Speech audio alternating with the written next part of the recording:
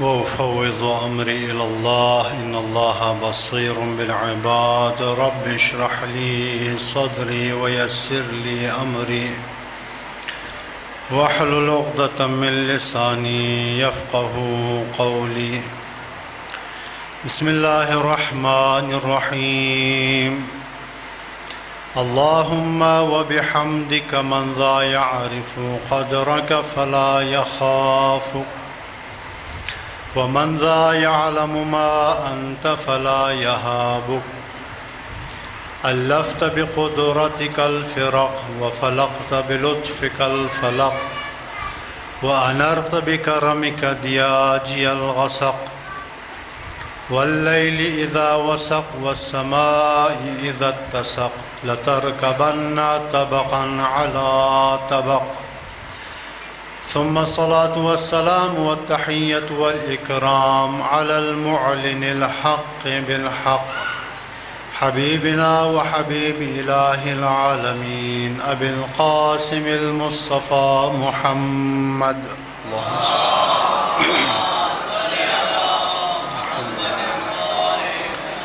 وعلى آله الطيبين الطاهرين المعصومين المنتجبين ولعنة الله على أعدائهم أجمعين من يومنا هذا إلى لقاء يوم الدين أما بعد فقد قال رسول الله صلى الله عليه وآله إن الحسين مصباح الهدى وسفينة النجاة صلوات پڑھیے محمد عالم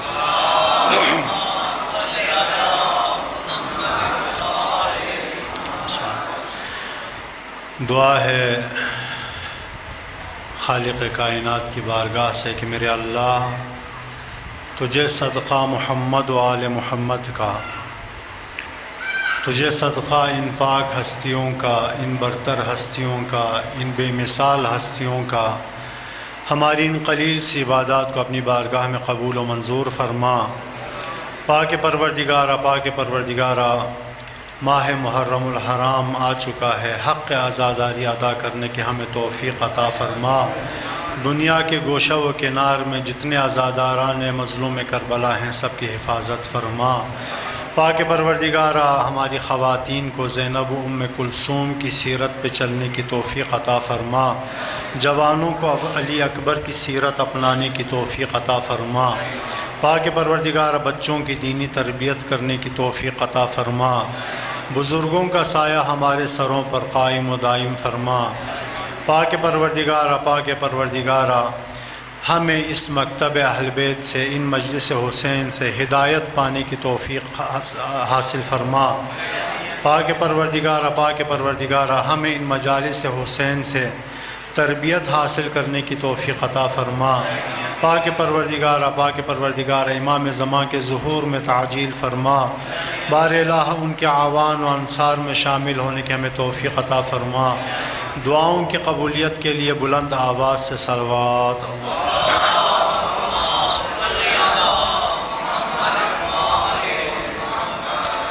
اذان گرامی، بغیر کسی مقدمے کے مجلس کا آغاز کروں گا اور جو نتیجہ میں آپ کو مجلس کے آخر میں دینا چاہتا ہوں وہ شروع میں ہی دے دوں گا۔ نتیجہ یہ ہے، مجلس حسین بقائے اسلام کی ضمانت ہے۔ مجلس حسین بقائے انسانیت کی ضمانت ہے۔ میں ایک اسی جملے سے مجلس کا آغاز کروں گا جو مجھے انتہائی پسند ہے، اور کوشش کرتا ہوں ہر محرم کی ابتدا اسی جملے سے ہو۔ آج ماہ محرم الحرام کی پہلی تاریخ ہو گئی۔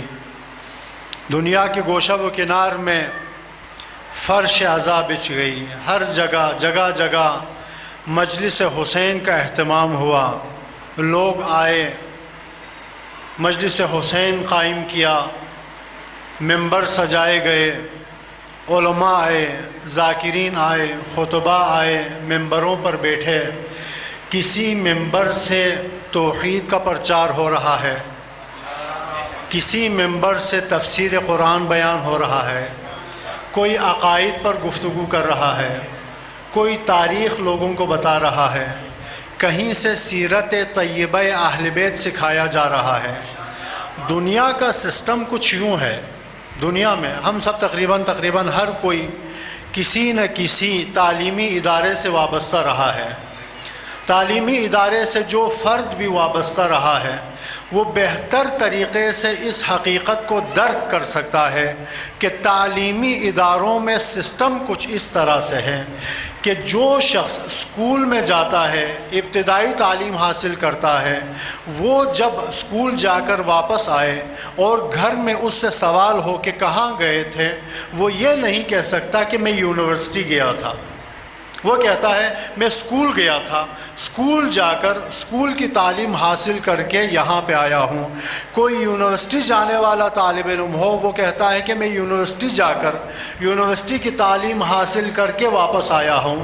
کوئی کسی انسٹیٹیوٹ میں جاتا ہے، کسی لینگویج سینٹر میں جاتا ہے، وہ لینگویج سینٹر میں جا کر لینگویج سیکھ کے جب واپس آتا ہے اور پوچھا جاتا ہے کہ کہاں گئے تھے، کہاں سے آ رہے ہو، تو کہتا ہے کہ میں لینگویج سینٹر سے آ رہا ہوں۔ کبھی یہ نہیں کہتا کہ میں یونیورسٹی سے آ رہا ہوں، یا میں مدرسے سے آ رہا ہوں، یا میں امام بارگاہ سے آ رہا ہوں۔ اسی طرح اگر کوئی کسی جگہ جا کر قرآن سیکھ کر آتا ہے تو واپس آ کر جب سوال ہوتا ہے کہتا ہے کہ میں دینیات سینٹر سے آ رہا ہوں، قرآن سیکھ کر آ رہا ہوں۔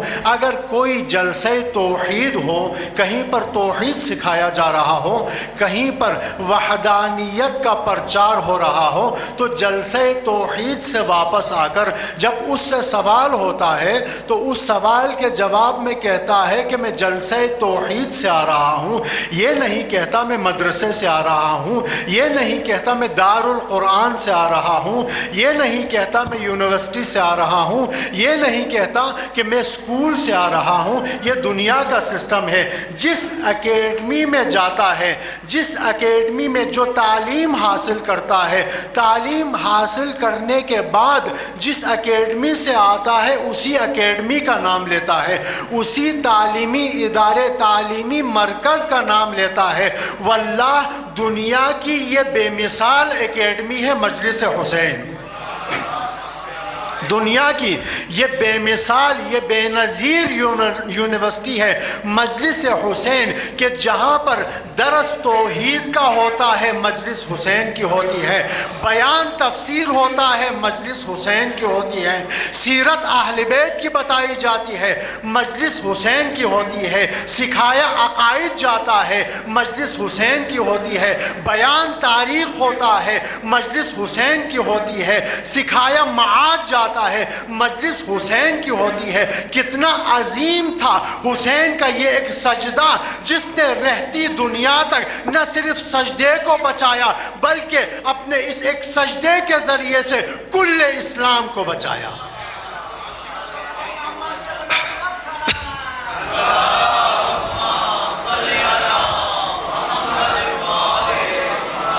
یہ ایک مجلس حسین ہے کہ جہاں سے توحید سیکھ کر جانے والا گھر جا کر یہ نہیں کہتا کہ میں جلسہ توحید سے آ رہا ہوں، توحید سیکھ کر گھر جاتا ہے کہتا ہے مجلس حسین سے آ رہا ہوں، تفسیر سیکھ کر گھر جاتا ہے کہتا ہے مجلس حسین سے آ رہا ہوں، وحدانیت سیکھ کر گھر جاتا ہے کہتا ہے مجلس حسین سے آ رہا ہوں، سیرت سیکھ کر گھر جاتا ہے کہتا ہے مجلس حسین سے آ رہا ہوں، احکام سیکھ کر گھر جاتا ہے کہتا ہے مجلس حسین سے آ رہا۔ یہ حسین کا معجزہ ہے۔ یوں ہی نہیں فرمایا حقا کے بنا لا الہ است حسین۔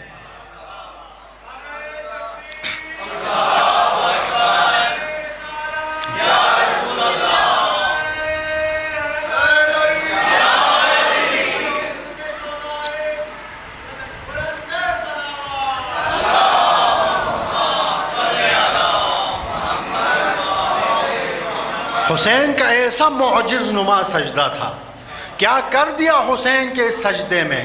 آج اسی سجدے کی بدولت، آج اسی مجلس کی بدولت توحید بھی زندہ ہے، اسی مجلس کی بدولت رسالت بھی زندہ ہے، اسی مجلس کی بدولت امامت بھی زندہ ہے، اسی مجلس کی بدولت نماز بھی زندہ ہے، اسی مجلس کی بدولت حج بھی زندہ ہے، اسی مجلس کی بدولت کل اسلام زندہ ہے. حقا کے بنا لا الہ اصل حسین. یوں ہی نہیں فرمایا علامہ اقبال نے، نقش الا اللہ در صحرا نوشت، نقش الا اللہ در صحرا نوشت. کیا معجزہ ہے یہ مجلس حسین. خدا کی قسم ہم اس مجلس حسین کی قدر نہیں کر پائیں گے. آج مقدماتی گفتگو ہے، مقدماتی گفتگو کر کے انشاءاللہ موضوع کی طرف کل جاؤں گا کہ ہمیں کیا قدر، مجلس حسین کیا ہے. ہمیں کیا معلوم مجلس حسین کا رتبہ کیا ہے. ہمیں کیا معلوم حسین پر گریہ کرنا یا نچی. ہمیں کیسے اندازہ ہو حسین پر ماتم کرنا کسے کہتے ہیں. ہمیں کون بتائے کہ حسین پر رونے کا ثواب کیا ہے.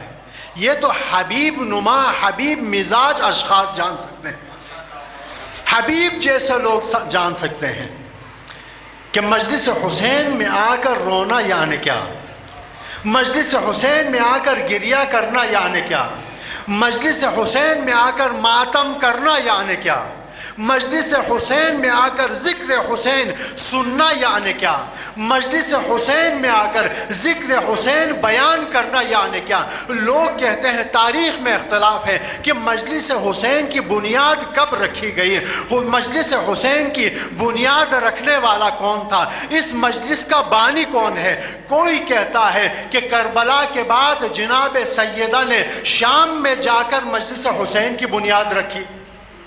کوئی کہتا ہے رسول نے اپنی حیات طیبہ میں مجلس حسین کی بنیاد رکھی. کوئی کہتا ہے کچھ کہتا ہے، کوئی کچھ کہتا ہے. ہر کوئی اپنی دلیل پیش کرتا ہے. لیکن اگر کوئی مجھ سے پوچھے کہ اس مجلس حسین کی بنیاد کب رکھی گئی، اس مجلس حسین کا بانی کون تھا، اس مجلس حسین کا سامع کون تھا، اس مجلس حسین کا متکلم کون تھا، اس مجلس حسین کا ذکر کرنے والا کون تھا، تو آئے میں تاریخ سے ثابت کر کے بتاتا ہوں. جب کائنات میں انسان نہیں تھے مجلس حسین تھے. جب کائنات میں انسان نہیں تھے مجلس حسین تھی.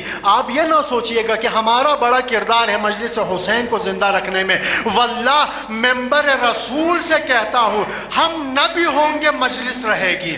آپ نہیں ہوں گے، جن آ کر مجلس حسین کریں گے، جنیات نہیں ہوں گے، ملائکہ آ کر مجلس حسین کریں گے.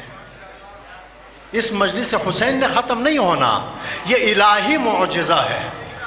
مجلس حسین انشاءاللہ اس پر میں گفتگو کروں گا کہ اب تک مجلس حسین قائم کیوں ہے، اب تک مجلس حسین قائم کیسے ہے. مجلس حسین کی تاریخ کو سمجھنا ہے. بعض کہتے ہیں جناب زینب کبریٰ نے اس کی بنیاد رکھی، بعض کہتے ہیں جناب رسالت مآب نے اس کی بنیاد رکھی، بعض کہتے ہیں حضرت نوح کے دور میں اس کی بنیاد رکھی گئی. لیکن آپ تاریخ کا مطالعہ کرتے ہیں تو آپ کو معلوم ہوگا کائنات کا پہلا انسان ابھی کائنات پر اس کے قدم بھی نہیں جمے تھے. ابھی کائنات پر، ابھی اس سرزمین پر اترا ہی تھا کہ وہ اپنے رب کی بارگاہ میں توبہ کرنے لگا. توبہ قبول نہیں ہوئی. جب خدا نے اس کی توبہ قبول کرنی چاہی، جب خدا نے اس سے توبہ قبول کرنے کا موقع فراہم کرنا چاہا تو فتلقى آدم من ربہ کلمات، تو پروردگار نے آ کر جبرائیل کے ذریعے سے آدم کو چند ایک کلمات سکھائے. آدم نے آئے کہا آدم اس طریقے سے تمہاری توبہ قبول نہیں ہوگی. اگر اپنی توبہ قبول کرانا چاہتے ہو تو ان کلمات کا سہارا لو جو کلمات رب الارباب تمہیں سکھائے گا، کائنات کا خالق جو تمہیں سکھائے گا. ان کلمات کا سہارا لو. ان کلمات کے ذریعے سے اگر تم توبہ کرو گے تو خدا تمہاری توبہ قبول کرے گا. کہنے لگا کون سے ہیں وہ کلمات، بتاؤ مجھے. اب دو روایتیں میں آپ کی خدمت میں سنا رہا ہوں۔ ایک روایت کے مطابق جناب جبرائیل نازل ہوئے، جناب جبرائیل آئے، کہا کہ آدم، پروردگار رب الارباب کا دستور ہے کہ ان کلمات کا سہارا لے کر اگر تم اپنے رب کی بارگاہ میں توبہ کرو گے تو پروردگار ان کلمات کے صدقے میں تمہاری توبہ قبول کرے گا۔ آدم کہتا ہے کون سے وہ کلمات؟ فرمانے لگے کہہ دو آدم یا حمید بحق محمد، اے حمید تجھے واسطہ محمد کا، یا اعلیٰ بحق علی، اے اعلیٰ تجھے علی کا واسطہ، یا فاطر السماوات بحق فاطمہ، اے فاطر السماوات سیدہ کا واسطہ، یا محسن بحق الحسن، اے احسان کرنے والے تجھے حسن کا واسطہ۔ جبرائیل ایک ایک کلمات سکھا رہے ہیں، آدم اس کے ساتھ ساتھ تبعیت کر رہے ہیں، ان کلمات کو دہرا رہے ہیں، ان کلمات کا سہارا لے کر اپنے رب کی بارگاہ سے توبہ کر رہے ہیں۔ اتنے میں آخری کلمہ جناب جبرائیل سکھاتے ہیں، کہتے ہیں آدم کہہ دیجئے یا قدیم الاحسان بحق الحسین، اے قدیم احسان تجھے حسین کا واسطہ۔ سارے کلمات ٹھیک آدم نے ادا کر دیے، لیکن جب حسین کا لفظ آیا نا، آدم سے ادا نہیں ہوا، آدم کا دل آزردہ خاطر ہو گیا، دل غمگین ہو گیا۔ کہتا ہے جبرائیل عجیب تاثیر ہے اس کلمے میں، یہ کلمہ ادا نہیں ہو رہا، اس کلمے کے سنتے ہی دل غمگین ہو گیا ہے۔ جبرائیل کہتا ہے آدم کیوں نہ غمگین ہو، یہ نام ہی ایسا ہے۔ کہا کیسا نام ہے؟ کہا یہ رسول آخر الزمان کے نواسے حسین کا نام ہے۔ ٹھیک ہے جبرائیل حسین کا نام ہے، تو اس کا نام لینے سے میرا دل غمگین کیوں ہو گیا؟ کائنات میں مجلس حسین کی بنیاد رکھی گئی، جناب جبرائیل نے ذکر حسین، مصیبت حسین، مصائب حسین بیان کرنا شروع کیا، جناب آدم نے گریہ کرنا شروع کیا۔ لہٰذا عزادارو اپنا مقام کم نہ سمجھنا، عزادار حسین بننا ہر ایک کے بس کی بات نہیں ہے، پہلے انسان کو نبی مزاج بننا پڑتا ہے، پھر عزادار حسین بنتا ہے۔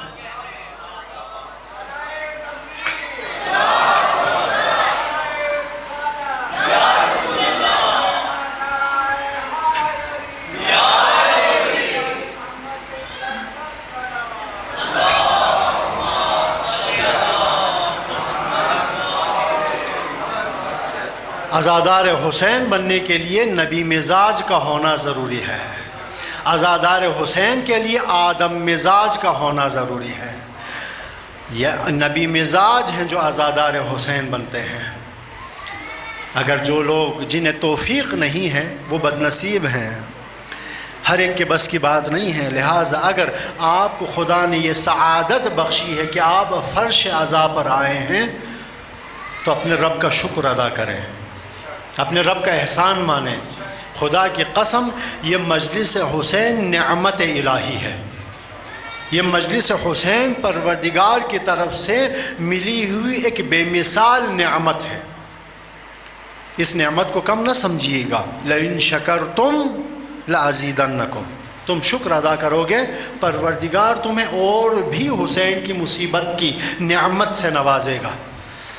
یہ مجلس حسین نہایت بابرکت اہتمام کا نام ہے، اسے آپ کم نہ سمجھیے گا۔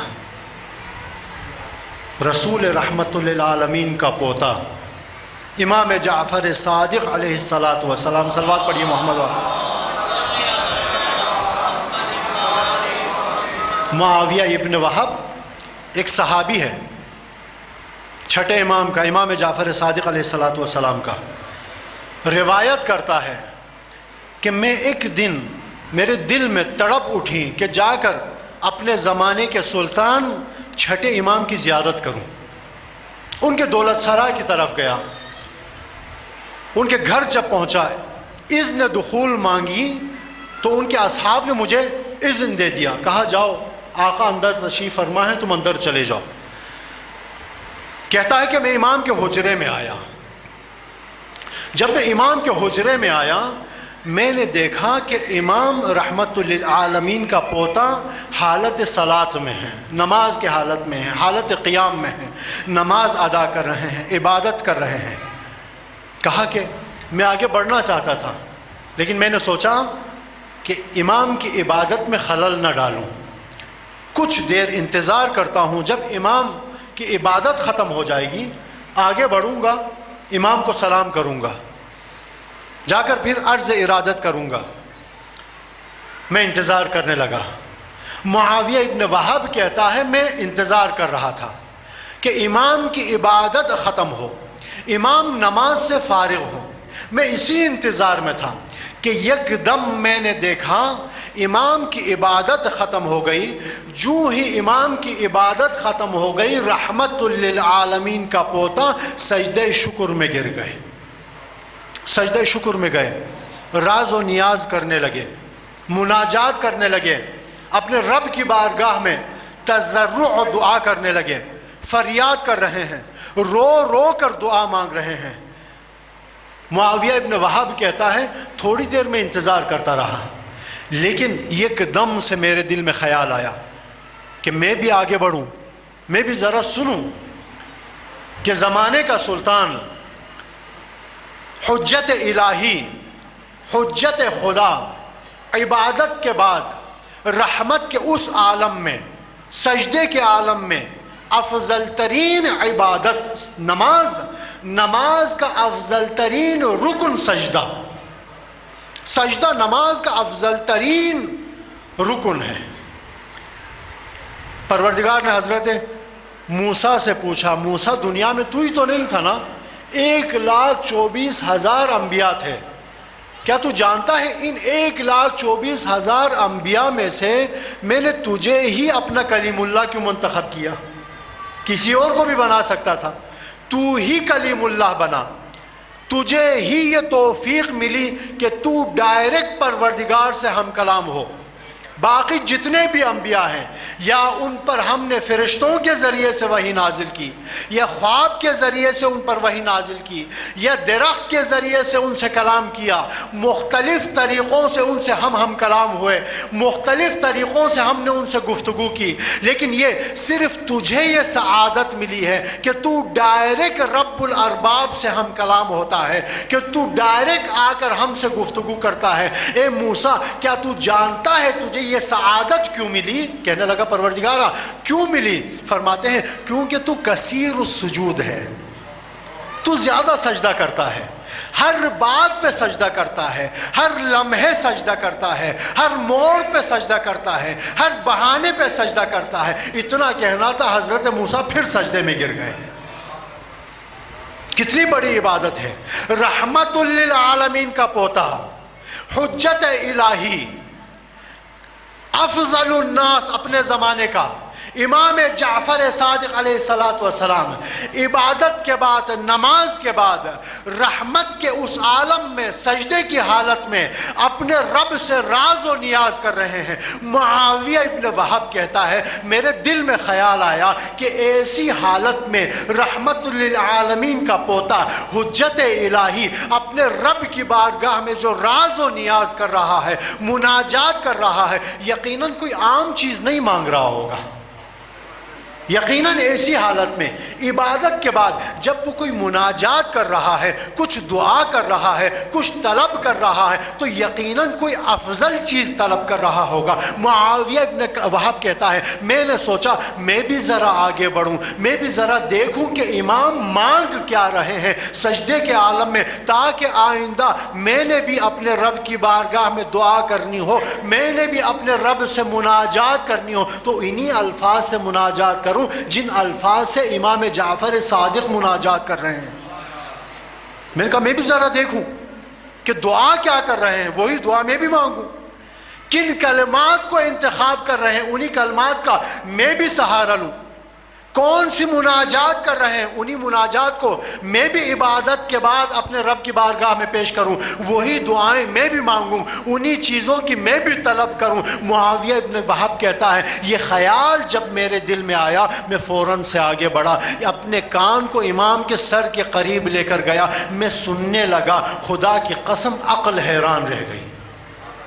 رحمت للعالمین کا پوتا نماز کے بعد سجدے کی حالت میں جا کر اپنے رب کی بارگاہ میں دعا کر رہا ہے، راز و نیاز کر رہا ہے، مناجات کر رہا ہے، لیکن مناجات کن الفاظ کے ذریعے سے کر رہا ہے، کیا مانگ رہا ہے، کیا طلب کر رہا ہے؟ رحمت للعالمین کا پوتا جعفر صادق حجت الہی نماز میں جا کر عبادت کے بعد جب اپنے رب کی بارگاہ میں مناجات کرتا ہے تو طلب کیا کرتا ہے؟ طلب یہ کرتا ہے، دعا یہ کرتا ہے، اللہم ارحم تلک الحدود التي تقلبت على حفرت ابا عبداللہ، پروردگارہ رحمت نازل فرما ان چہروں پر جو دنیا میں جا کر ذریح حسین سے مس ہوتی ہیں،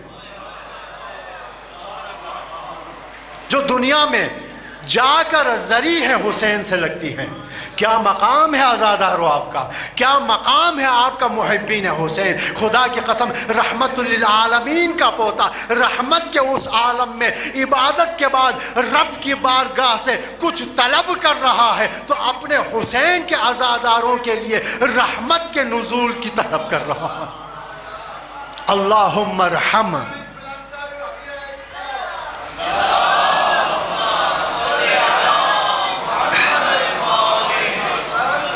کتنا بڑا مقام ہے آپ کا، قدر کیجئے اپنی، شکر کیجئے خدا کا کہ خدا نے یہ سعادت آپ کو بخشی کہ آپ کو حسین کا عزادار بنایا۔ اللہم ارحم تلک الحدود التي تقلبت على حفرت ابا عبداللہ الحسین، پروردگارہ ان چہروں پر اپنی رحمت نازل فرما جو دنیا میں کربلا جا کر ذریح ابا عبداللہ الحسین کو مس کرتی ہیں۔ یہاں تک نہیں، اگلی بھی دعا کی، ابھی دعا جاری ہے، ابھی امام کی مناجات ختم نہیں ہوئی، ابھی امام مناجات فرما رہے ہیں۔ کیا فرما رہے ہیں؟ فرماتے ہیں اللہم ارحم تلک الدموع التي جرت لنا، پروردگارہ ان آنسوؤں پر اپنی رحمت نازل فرما جو حسین کا غم سن کر نکلتی ہیں۔ اپنے آنسوؤں کی قدر کیجئے، ان آنسوؤں کو رحمت سمجھ کر بہائیے۔ بڑے مجتہد کا قول ہے، ان کی وصیت ہے کہ انہوں نے وصیت کی کہ جب میں مر جاؤں میرے ساتھ اس رومال کو بھی دفنانا جس میں میں نے حسین پر بہائے ہوئے آنسو سمیٹے ہوئے ہیں۔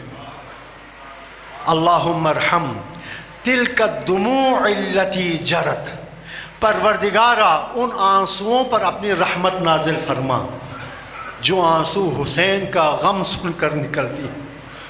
اللہم ارحم، ابھی مناجات جاری ہے، ابھی مناجات ختم نہیں ہوئی۔ معاویہ ابن وہب کہتا ہے میں سن رہا تھا امام کی مناجات، امام عزاداران مظلوم کربلا کے لیے اس حالت میں سجدہ شکر میں جا کر دعا کر رہے تھے۔ ایک مرتبہ امام نے اپنے رب کی بارگاہ سے مانگنا شروع کیا۔ کیا مانگتے ہیں امام؟ فرماتے ہیں اللہم ارحم تلک الصرخۃ التي کانت لنا، پروردگارہ ان مومنین کی آہ پر اپنی رحمتیں نازل فرما جو ہمیں حسین کی مصیبت سن کر بے اختیار نکلتی ہیں۔ کتنے خوش نصیب ہیں آپ۔ معاویہ ابن وہب کہتا ہے امام ابھی مناجات فرما رہے ہیں، فرماتے ہیں اللہم ارحم تلک القلوب التي، پروردگارہ ان دلوں پر اپنی رحمتیں نازل فرما جو حسین کے غم میں تڑپتی ہیں، جو کربلا کا نام سن کر تڑپتی ہیں۔ کتنے خوش نصیب ہیں وہ لوگ جو 40 کی مشی دیکھ کر بے اختیار رونا شروع کر دیتے ہیں، جو 40 کی مشی دیکھ کر بے اختیار ان کی آنکھوں سے آنسو نکلتے ہیں۔ کتنے خوش نصیب ہیں وہ لوگ۔ جن سے بے اختیار غم حسین سن کر بے اختیار جن کے دلوں سے آہ نکلتی ہے۔ عزاداروں، کم مت سمجھیے گا اپنے مقام کو۔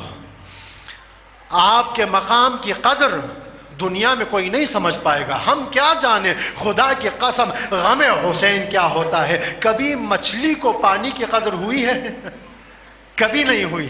آپ کبھی ذرا مچھلی سے پوچھئے گا نا کہ مچھلی تمہاری زندگی کے لیے پانی کس قدر اہم ہے، مچھلی کیا کہے گی؟ پتہ نہیں، جو ہوگی کوئی، اسے کیا قدر، اسے کیا قدر پانی کی، اسے کیا پتا کہ پانی کی اس کی زندگی میں کتنی اہمیت ہے۔ لیکن جب ایک مرتبہ دریا کی موجیں آ کر اس مچھلی کو دریا سے باہر کسی صحرا میں پھینک دے، تب اسے معلوم ہو کہ پانی کی میری زندگی میں کیا قدر ہے، پانی کی میری زندگی میں کیا اہمیت ہے، میرے زندہ رہنے کے لیے پانی کس قدر اہم ہے۔ عزاداروں، جب تک دنیا میں ہے، خدا کی قسم ہم مجلس حسین کی قدر نہیں کر سکتے، لیکن جب یہ موت آ کر، یہ موت کی امواج آ کر جب ہمیں ادھر سے ادھر پھینک دیں گی، تب ہمیں معلوم ہوگا مجلس حسین میں رونا کسے کہتے ہیں، تب ہمیں معلوم ہوگا مجلس حسین میں جا کر ذکر حسینی سننا کسے کہتے ہیں، جب ہمیں معلوم ہوگا مجلس حسین میں جا کر ماتم کرنا کسے کہتے ہیں، جب ہم پچھتائیں گے تب ہمیں پچھتاوا ہوگا۔ اس وجہ سے نہیں کہ ہم نے دنیا میں حسین کی عزاداری نہیں کی، اس لیے نہیں کہ ہم دنیا میں حسین کی مجلس میں نہیں گئے، بلکہ اس لیے کہ کاش ایک حسین کی مجلس میں اور چلے جاتے ہیں، کاش ایک مرتبہ پھر حسین کا ماتم کرتے ہیں، کاش ایک مرتبہ پھر حسین پر گریہ کرتے ہیں۔ جب تک دنیا میں ہیں ہم اس کی قدر نہیں کر سکتے، اس کی فضیلت کو نہیں سمجھ سکتے۔ اس کی فضیلت سمجھنے والے حبیب ابن مظاہر جیسی ہستیاں ہیں۔ حبیب ابن مظاہر کتنا سیاںہ تھا، کتنا تیز تھا، کتنا خوش نصیب تھا، اس سے بڑھ کر خوش نصیب دنیا میں کوئی گزرا ہے؟ نہیں گزرا۔ حبیب ابن مظاہر ہماری زندگی آپ دیکھیں ذرا، ایک مرتبہ ابھی اسی مجلس میں رہ کر ایک مرتبہ ذرا ریورس ماریں، اپنی زندگی کو ایک مرتبہ دیکھیں، ایک مرتبہ سرسری نگاہ اپنی زندگی پہ دوڑائیں۔ آپ کی زندگی، مثلا میری 42 سالہ زندگی ہے، میری 42 سالہ زندگی میں میرا کتنا وقت مفید گزرا ہے؟ ہر کوئی اپنی جگہ سوچ لے، کوئی 40 سال کا ہے، کوئی 50 سال کا ہے، کوئی 30 سال کا، کوئی 20 سال کا ہے، ذرا دیکھ لے کہ میری زندگی کتنی مفید تھی۔ اگر آپ دیکھیں گے تو ہماری زندگی میں صرف ضائع اور ضائع ہی نظر آئے گا، یہ کام کیا وہ بھی ضائع، وہ کام کیا وہ بھی ضائع، وہ کام کیا وہ، باقی رہنے والا کوئی کام ہے نہیں۔ جب تک ہم بچے تھے کہا کہ یہ جو ابھی تو ہم بچے ہیں، کھیل کود میں رہیں گے، جوان ہوں گے تو انشاءاللہ ٹھیک ٹھاک کر کے نماز پڑھیں گے، ٹھیک ٹھاک کر کے عبادت کریں گے، ٹھیک ٹھاک کر کے جنت کمائیں گے۔ جب جوانی آ گئی کہیں گے جی جوانی کا گھمنڈ ہے، جوانی کا غرور ہے، بزرگ ہو جانے دیں، بزرگ ہوں گے کوئی کام ہی نہیں ہوگا، نماز پڑھتے رہیں گے۔ جب بزرگ ہوں گے کہیں گے کہ جی جوانی میں کر سکتے تھے، اب تو کوئی حال ہی نہیں ہے۔ ہماری زندگی ایسے ہی گزر، یا بچپنا ہوتا ہے یا جوانی ہوتی ہے یا بزرگ اور بڑھاپا ہوتا ہے۔ بچپنے میں بھی ہم بچپنا کہہ کے گزار دیتے ہیں، جوانی میں بھی ہم جوانی کہہ کر گزار دیتے ہیں، بڑھاپے میں بھی ہم بڑھاپا کہہ کے گزار دیتے ہیں۔ جوانی بھی نہ ہماری کام کی ہوتی ہے، بچپنا بھی نہ ہمارا کام کا ہوتا ہے، بڑھاپن بھی نہ ہمارا کام کا ہوتا ہے۔ لیکن خدا کی قسم کتنا خوش نصیب ہے یہ حبیب ابن مظاہر، جب تک بچہ تھا حسین کا دیوانہ تھا، جب تک اس کا بچپنا تھا دوستی لگائی، وہ بھی کس کے ساتھ؟ سید شباب اہل الجنہ کے ساتھ دوستی بھی کی تو کس کے ساتھ؟ جوانوں کے سردار کے ساتھ، جنت کے جوانوں کے سردار کے ساتھ۔ میں کہتا ہوں حبیب ابن مظاہر بہت ہی سیاںہ آدمی تھا۔ بچپنا، ہمارا بچپنا ضائع چلا جاتا ہے، حبیب کا بچپنا حسین کی خدمت میں گزرا ہے، کتنا خوش نصیب ہے۔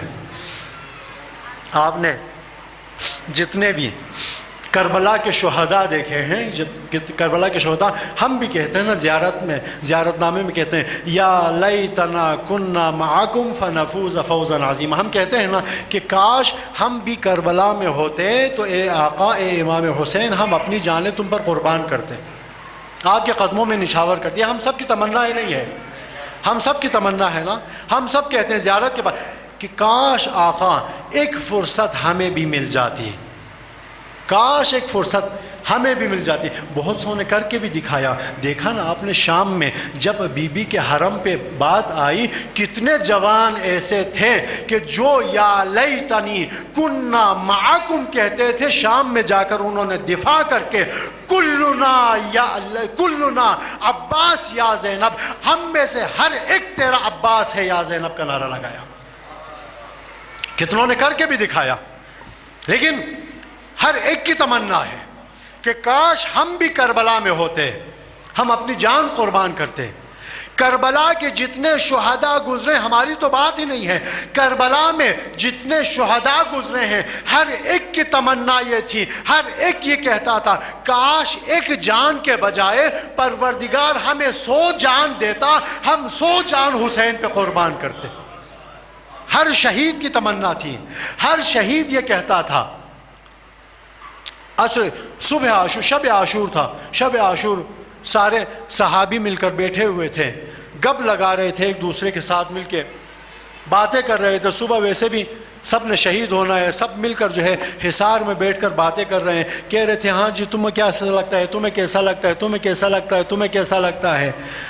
نوبت آ گئی مسلم ابن اوسجہ کی، کہتا ہے کہ میرا دل کرتا ہے کہ کل مجھے حسین پر سب سے پہلے قربان کر دیا جائے، لوگ آ کر مجھے مار ڈالیں، مجھے مارنے کے بعد میرے جسم کو جلا دیں، میرے جسم کو جلانے کے بعد میرے اس خاکستر کو ہوا میں اڑا دیں، جب ہوا میں میرا خاکستر اڑ جائے تو ایک مرتبہ پروردگار حکم دے دے ان خاکستروں کو، جس طرح ابراہیم نے ان پرندوں کو حکم دیا تھا، خدا میرے ان ذرات کو، ان جلے ہوئے خاک کو حکم دے دے کہ ایک مرتبہ پھر سمٹ کر پھر مسلم ابن اوسجہ بن جائے، میں پھر مسلم بن جاؤں، پھر اپنی جان آقا پہ قربان کر دوں، پھر قربان کر دوں، پھر مجھے جلا دیا جائے، پھر ہوا میں اڑا دیا جائے، پھر سے جمع۔ میرا دل کرتا ہے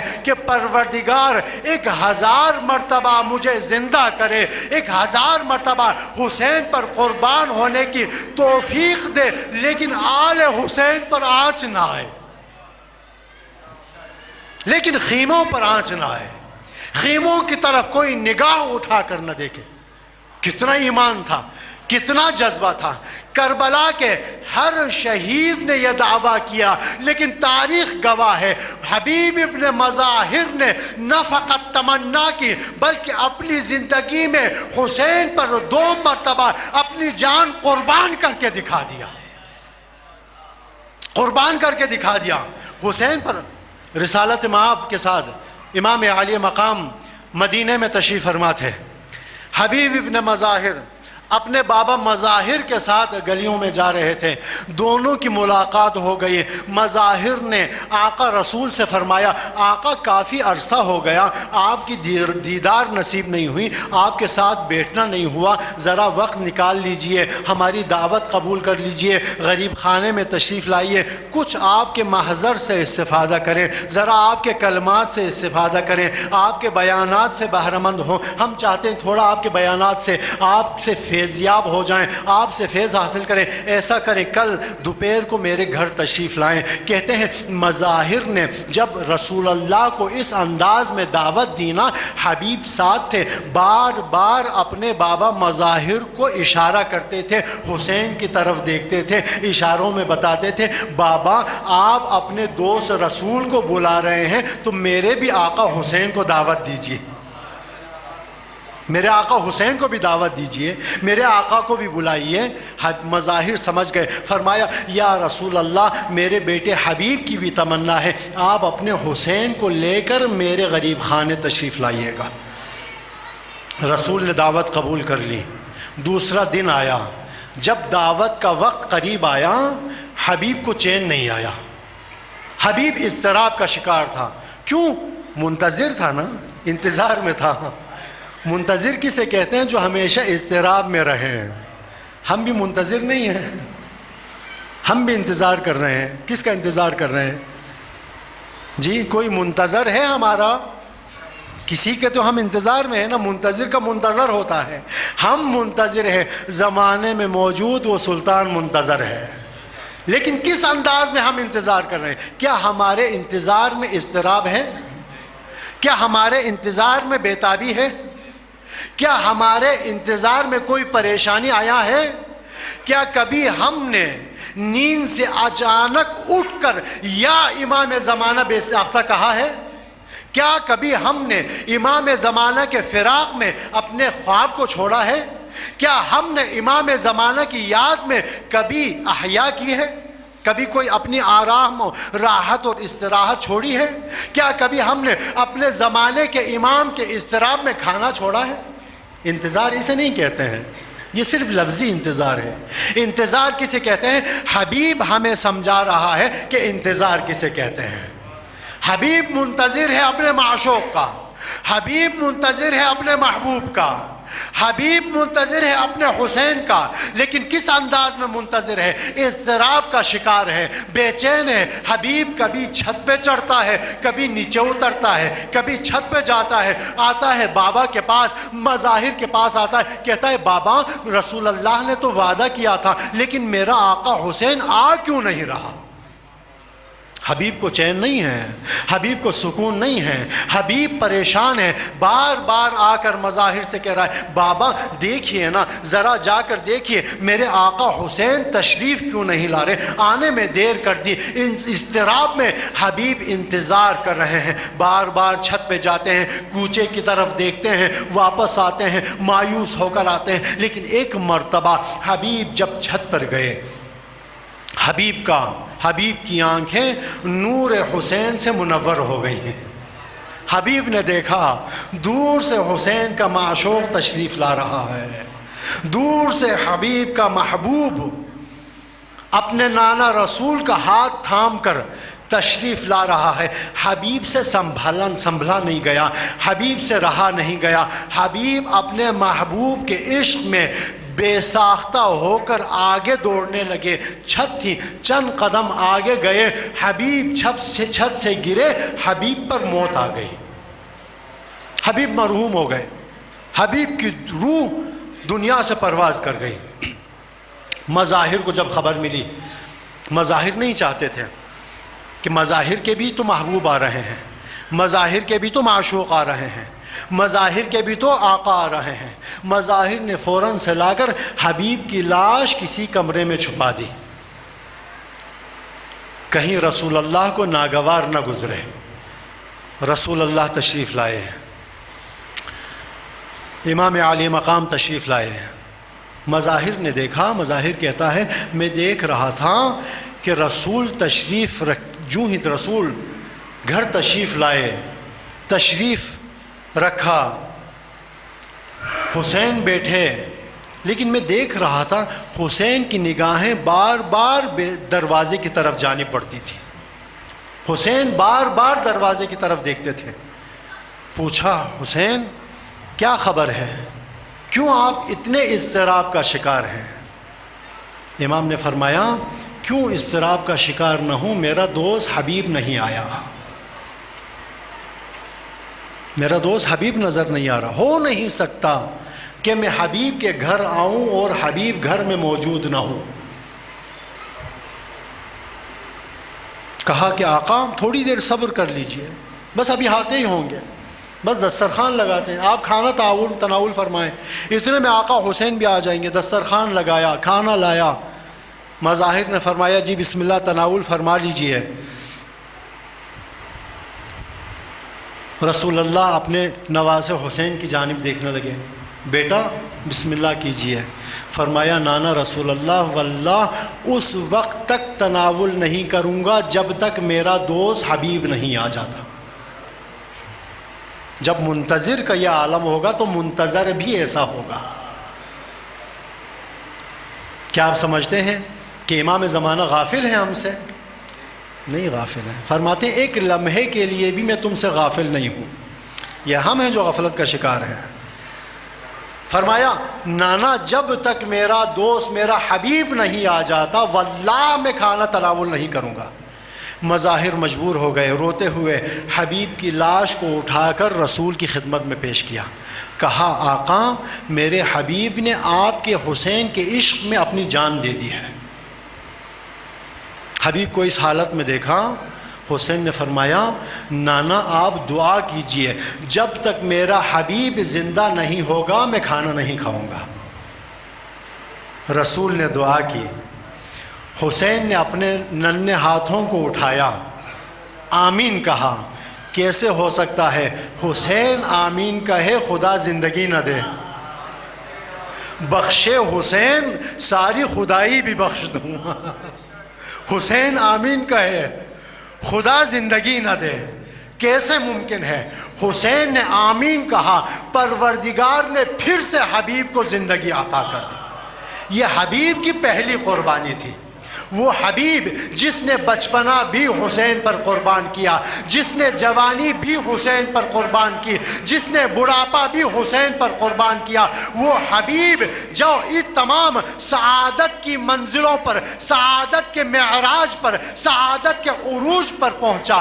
ایک دن حضرت آیت اللہ مرزا شیرازی بڑے مجتہد ہیں، کہتے ہیں کہ میں نے ایک رات حبیب کو خواب میں دیکھا، حبیب کو عالم رویا میں دیکھا کہ جنت میں ایک بہت بڑا ممبر سجا ہوا ہے، اس ممبر پر حبیب ابن مظاہر موجود ہیں۔ میں گیا فوراً حبیب کے پاس، کہنے لگا وارے حبیب کیا قسمت پائی ہے تو نے، جب بچپنا تھا حسین کی غلامی، جب جوانی تھی علی کی غلامی، جب بڑھاپا تھا، جب زندگی کسی کام کی نہیں تھی، تو نے اس زندگی کو بھی حسین پر قربان کر کے قیمت عطا کر دی۔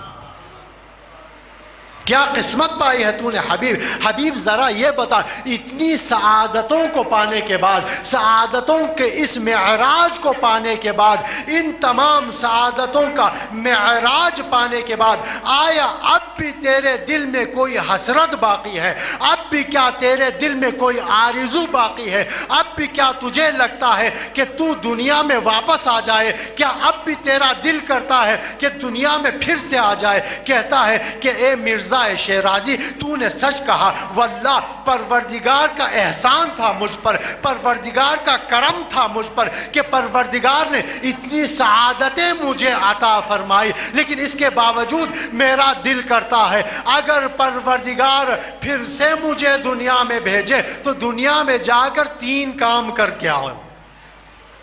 اتنی سعادتوں کو پانے والا حبیب تمنا کرتا ہے کہ کاش پروردگار ایک مرتبہ پھر مجھے دنیا میں بھیجے تو دنیا میں جانے کے بعد ان 3 کاموں کو میں انجام دے دوں۔ کون سے 3 کام؟ کہتا ہے پہلا کام یہ ہے کہ اگر پروردگار نے پھر سے مجھے دنیا میں بھیجا تو میں خلق اللہ کو پانی پلاؤں، میں سقائی کروں، میں لوگوں کی پیاس بجھاؤں۔ کتنی بڑی نعمت ہے، کتنا بڑا ثواب ہے۔ یہ جو سبیلے لگاتے ہیں کتنے خوش قسمت ہیں، کتنے خوش نصیب ہیں۔ حبیب نے مظاہر تمنا کر، میرا دل کرتا اگر خدا مجھے دنیا میں بھیجے سب سے پہلے میں سقائی کروں۔ دوسری تمنا یہ ہے، دوسری آرزو میرے دل میں یہ ہے کہ اگر پروردگار ایک مرتبہ پھر مجھے دنیا میں بھیجے تو میں دنیا میں جا کر کثرت سے محمد و آل محمد پر صلوات بھیجوں۔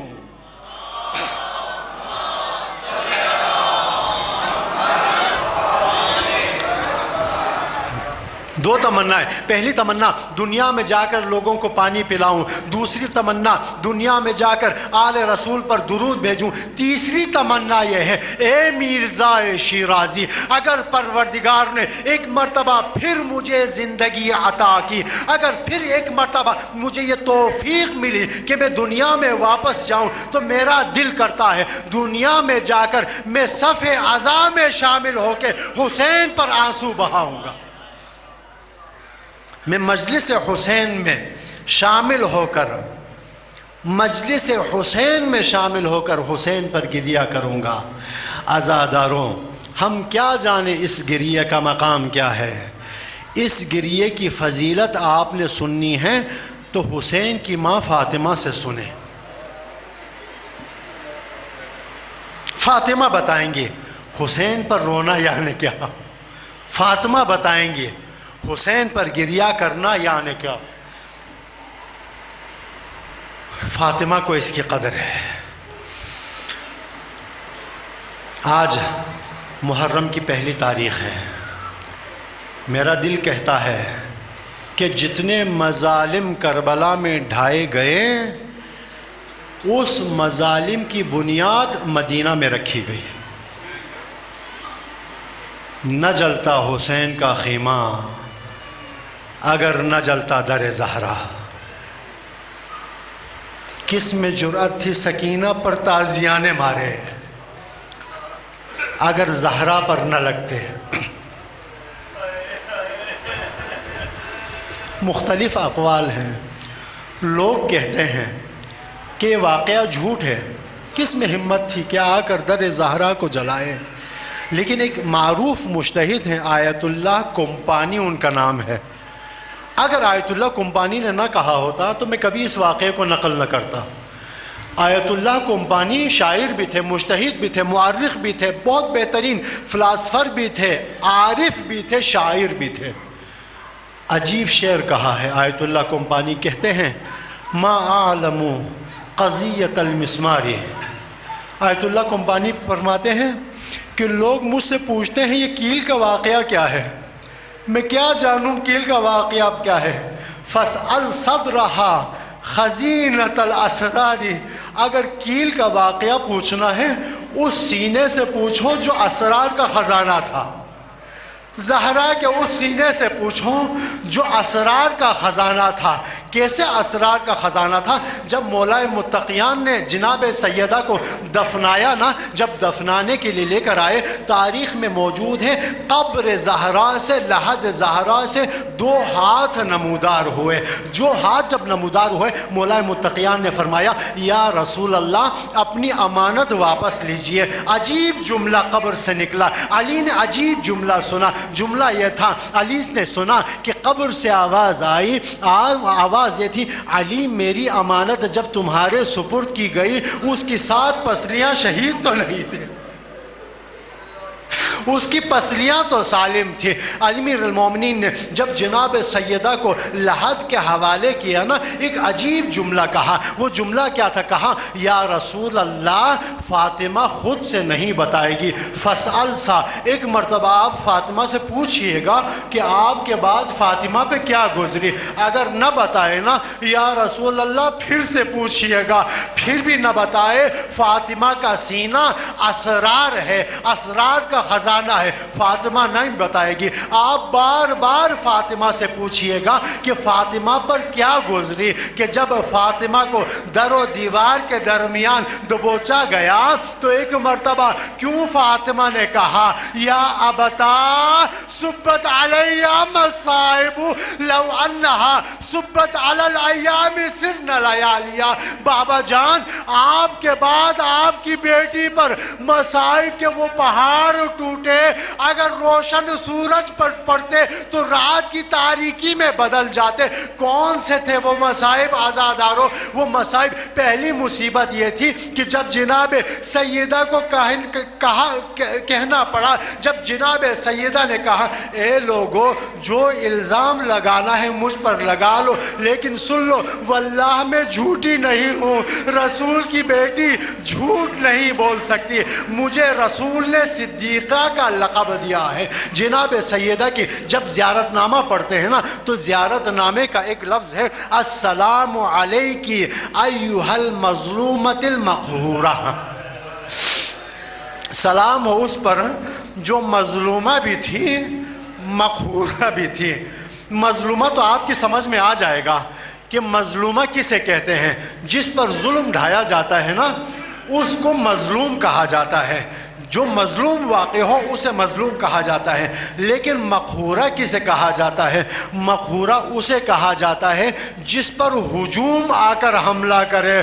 واللہ تاریخ گواہ ہے، مسجد سے سارے مسلمان آئے تھے، در زہرا پر، در زہرا کو آگ لگا دی۔ زہرا نے فرمایا تم کیسے مسلمان ہو؟ رسول کی آل اس گھر میں ہے۔ کہنے لگے کوئی بھی ہو ہمیں پرواہ نہیں، اگر علی نے بیعت نہیں کی تو اس دروازے کو بھی آگ لگا دی جائے گی۔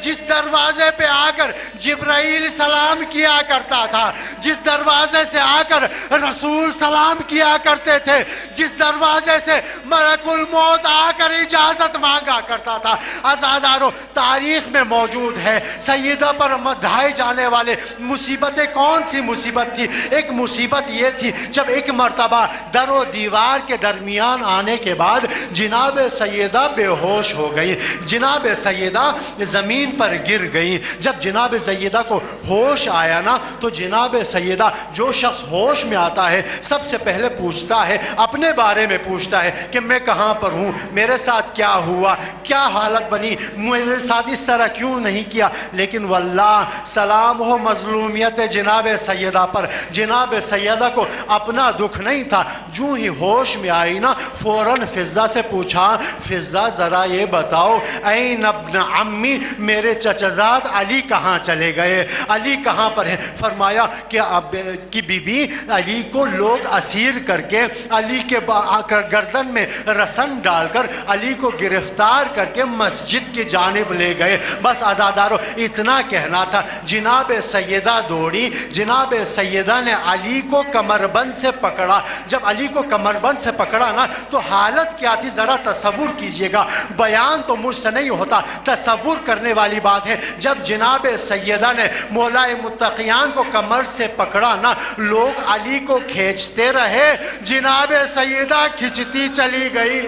جب جناب سیدہ نے ہاتھ نہیں چھوڑا نا، ایک ظالم سے دوسرے ظالم نے پوچھا کہ تو نے جناب سیدہ کا ہاتھ کیسا چھڑایا، کیسے چھڑایا؟ کہنے لگا کہ جناب سیدہ ہاتھ نہیں چھوڑ رہی تھی، ایک مرتبہ میں نے نیام سے تلوار نکالی، اٹھائی، جناب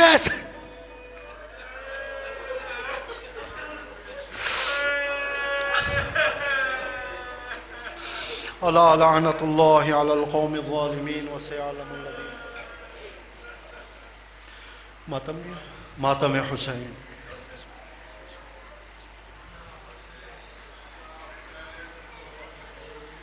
یا حسین